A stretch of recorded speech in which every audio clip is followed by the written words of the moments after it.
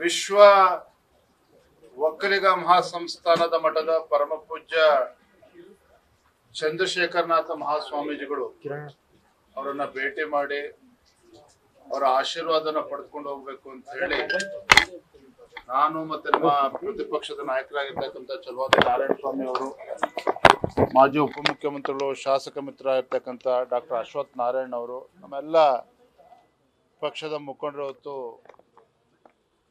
ಸ್ವಾಮೀಜಿಗಳನ್ನ ಭೇಟಿ ಮಾಡಿ ಅವರ ಆಶೀರ್ವಾದವನ್ನು ಕೂಡ ಪಡೆದುಕೊಂಡಿದ್ದೇವೆ. ತಮಗೆಲ್ಲರಿಗೂ ಕೂಡ ತಿಳಿದಿರೋ ಹಾಗೆ ಇತ್ತೀಚೆಗೆ ಬೆಂಗಳೂರಿನಲ್ಲಿ ಫ್ರೀಡಂ ಪಾರ್ಕ್ನಲ್ಲಿ ನಡೆದಂಥ ಒಂದು ಹೋರಾಟ, ಆ ಒಂದು ಕಾರ್ಯಕ್ರಮದಲ್ಲಿ ಪ್ರತಿಭಟನಾ ಸಭೆಯಲ್ಲಿ ಪರಮ ಪೂಜ್ಯರು ಸ್ವಾಮೀಜಿಗಳು ರಾಜ್ಯ ಸರ್ಕಾರದ ನಡವಳಿಕೆ ವಿರುದ್ಧ ಆಕ್ರೋಶ ಭರಿತವಾಗಿ ಕೆಲವು ಹೇಳಿಕೆಗಳನ್ನು ಕೊಟ್ಟಿದ್ದಾರೆ. ಆ ಹೇಳಿಕೆ ಬಗ್ಗೆ ಸ್ವಾಮೀಜಿಗಳು ಈಗಾಗಲೇ ಕ್ಷಮೆಯನ್ನು ಕೂಡ ಕೇಳಿದ್ದಾರೆ. ಆದರೆ ಇದರ ಮಧ್ಯನೂ ಕೂಡ ರಾಜ್ಯ ಸರ್ಕಾರ ಸ್ವಾಮೀಜಿಗಳ ವಿರುದ್ಧ ಒಂದು FIR ಅನ್ನು ಕೂಡ ರಿಜಿಸ್ಟರ್ ಮಾಡಿ ದಾಖಲು ಮಾಡಿ ಅವರಿಗೆ ತನಿಖೆಗೆ ಬರಬೇಕು ಅಂತೇಳಿ ಒತ್ತಾಯವನ್ನು ಮಾಡ್ತಾ ಇದ್ರು. ಸ್ವಾಮೀಜಿಗಳು ತಿಳಿಸಿದ್ದಾರೆ, ಆರೋಗ್ಯ ಸರಿ ಇಲ್ಲ, ಪತ್ರ ಮುಖೇನ ಏನು ಉತ್ತರನ ಕೊಡಬೇಕು ಅದನ್ನು ಕೂಡ ನೀಡಿದ್ದಾರೆ. ಆದರೂ ಕೂಡ ರಾಜ್ಯ ಸರ್ಕಾರ ಒತ್ತಡ ಹಾಕ್ತಾ ಇರ್ತಕ್ಕಂಥದ್ದು ಖಂಡಿತ ಸರಿಯಲ್ಲ. ಮತ್ತು ಸ್ವಾಮೀಜಿಗಳು ಅದ್ರ ಬಗ್ಗೆ ಮುಕ್ತವಾಗಿ ತಮ್ಮ ಕ್ಷಮೆಯನ್ನು ಕೂಡ ಹೇಳಿದರೆ, ಮುಕ್ತ ವಿಚಾರಗಳನ್ನು ಕೂಡ ತಿಳಿಸಿದ್ದಾರೆ. ಆದರೆ ಎಲ್ಲೋ ಒಂದು ಕಡೆ ರಾಜ್ಯ ಸರ್ಕಾರ ಏನೋ ವಕ್ಫ್ ವಿಚಾರದಲ್ಲಿ ಇವತ್ತು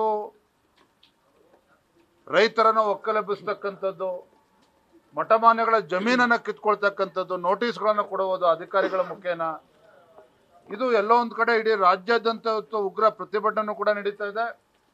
ರೈತರು ಇವತ್ತು ಬೀದಿಗಿಳಿದಿದ್ದಾರೆ. ಹಾಗಾಗಿ ಸಹಜವಾಗಿಯೇ ಸ್ವಾಮೀಜಿಗಳು ಕೂಡ ರೈತರ ಪರವಾಗಿ ಆಕ್ರೋಶ ಭರಿತರಾಗಿ ಮಾತನಾಡಿದ್ದಾರೆ. ಆದರೆ ಎಲ್ಲೋ ಒಂದು ಕಡೆ ರಾಜ್ಯ ಸರ್ಕಾರ ಯಾರು ದೇಶದ್ರೋಹಿಗಳಿದ್ದಾರೆ, ದೇಶದ್ರೋಹಿ ಚಟುವಟಿಕೆಗಳಲ್ಲಿ ಭಾಗವಹಿಸ್ತಾ ಇದ್ದಾರೆ, ಅವರ ವಿರುದ್ಧ ಕೇಸ್ಗಳನ್ನು ವಿಡ್ರಾ ಮಾಡುವಂಥದ್ದು, ಮತ್ತೊಂದು ಕಡೆ ಸ್ವಾಮೀಜಿಗಳಿಗೂ ಕೂಡ ಬೆದರಿಕೆ ಆಗ್ತಕ್ಕಂಥ ಕೆಲಸ ಮಾಡ್ತಾ ಇದ್ದಾರೆ. ಖಂಡಿತ ಸರಿಯಲ್ಲ. ಹಾಗಾಗಿ ನಾವು ಸ್ವಾಮೀಜಿಗಳ ಪರವಾಗಿ ಇದ್ದೇವೆ, ಅವರ ಆಶೀರ್ವಾದನ ಕೂಡ ಪಡ್ಕೊಂಡು ಹೋಗಿ ಬಂದಿದ್ದೇವೆ. ಸ್ವಾಮೀಜಿಗಳ ಆಶೀರ್ವಾದ ಪಡ್ಕೊಂಡು ಹೋಗ್ತಾ ಇದ್ದೇವೆ.